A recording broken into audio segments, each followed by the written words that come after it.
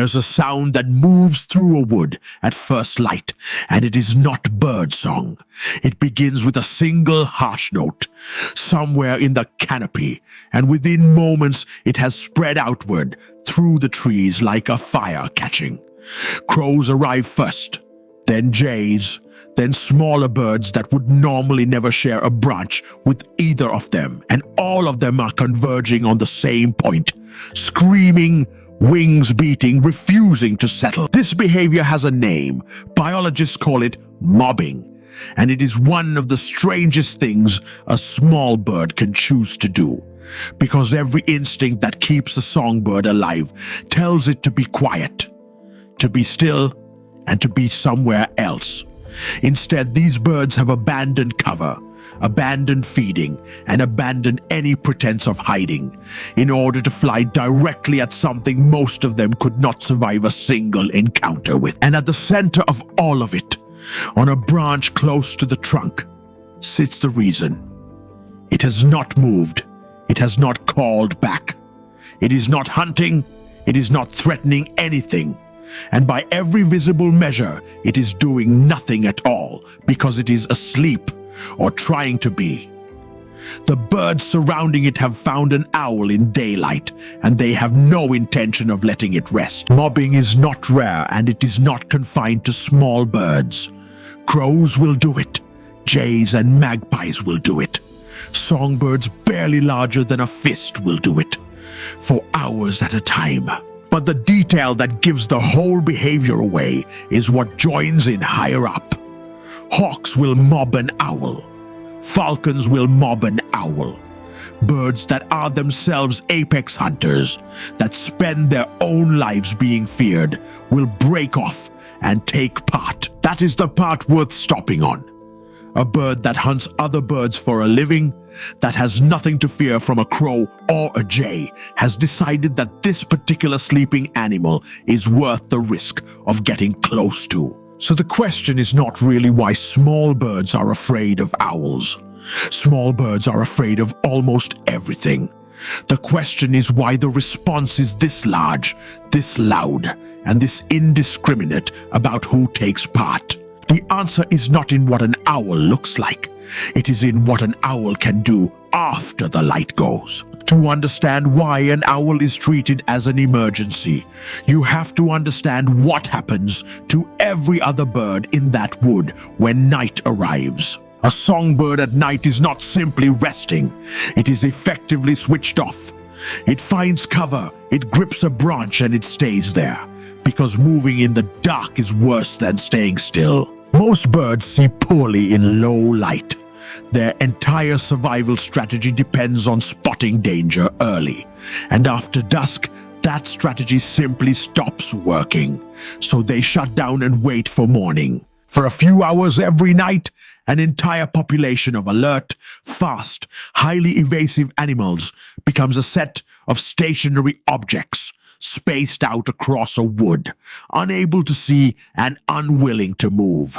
And into that, something arrives that can see. An owl's eyes are not shaped like ours.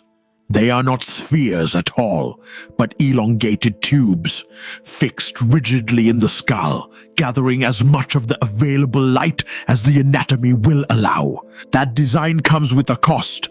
A tubular eye cannot swivel in its socket, so an owl cannot glance sideways the way almost every other animal can. So it moves the entire head instead, and it can turn that head roughly 270 degrees, an arc that would tear the arteries of almost any other animal attempting it. But eyesight is not the part that frightens other birds, because on a genuinely dark night, under cloud, beneath a closed canopy, even an owl's eyes reach their limit. What matters more is that an owl does not particularly need to see. It can locate an animal in complete darkness using nothing but the sound that animal makes while trying to be quiet. The flat, round face that makes an owl look so distinctive is not decoration.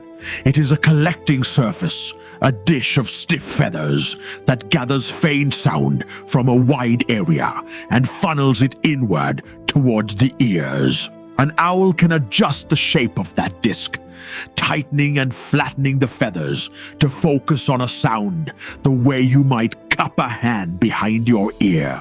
And behind that disc, in several owl species, sits an arrangement so unusual that it borders on being a different sense altogether. Their ear openings are not level with each other. One sits higher on the skull than the other, and the two are angled differently, so a sound arrives at each ear at a slightly different moment and a slightly different volume. Our own ears are level, which lets us tell left from right reasonably well, and up from down very poorly. An owl with offset ears can do both at once. It builds a position in 3 dimensions out of a sound alone. Not a direction, a location, a point in the dark it can fly to without ever seeing what is there. Which means that for a bird sleeping in a tree, holding perfectly still, staying silent is no longer quite enough. Breathing is a sound. Shifting a foot on a branch is a sound. And still, none of that is the reason a hawk will break off from its own day to harass a sleeping owl. There is one more thing, and it is the one that changes the arithmetic completely. Almost every flying bird makes noise. Air moving over a wing produces turbulence, and turbulence produces sound, which is why you can hear a pigeon leave a ledge from across a street. For a nocturnal hunter, that is a fatal design. Any sound the hunter makes gives the prey a warning, and it also drowns out the faint sounds the hunter is straining to hear. So owls solved it, at the level of the individual feather in 3 separate places at once. Along the leading edge of the outer flight feathers, there is a row of stiff comb, like serrations, and they break the oncoming air into smaller streams before it can build into turbulence. The upper surface of the wing is covered in a soft, velvety layer that absorbs the higher frequencies, the ones that carry furthest and would travel ahead of the bird as a warning. And the trailing edge is not clean. It ends in a soft, ragged fringe, which lets the air leaving the wing rejoin the surrounding air gradually, instead of tearing away from it. Individually, each of those is a small adjustment. Together, they remove almost the entire acoustic signature of a large bird moving at speed through the dark. An owl the size of a small dog can cross a clearing and arrive above you without producing a sound you would notice in a quiet room. Now put those pieces together from the point of view of something asleep in a tree.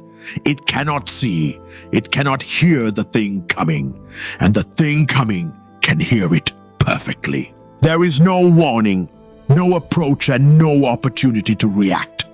The first indication that anything is happening is the moment it is already over. And this is where the hawks come into it, because owls do not restrict themselves to small prey. Larger owls take other birds routinely, and they are not careful about which ones. Large owls have been recorded taking hawks, falcons, and other birds of prey, animals that during daylight hours would have nothing whatsoever to fear from them. They will also take other owls.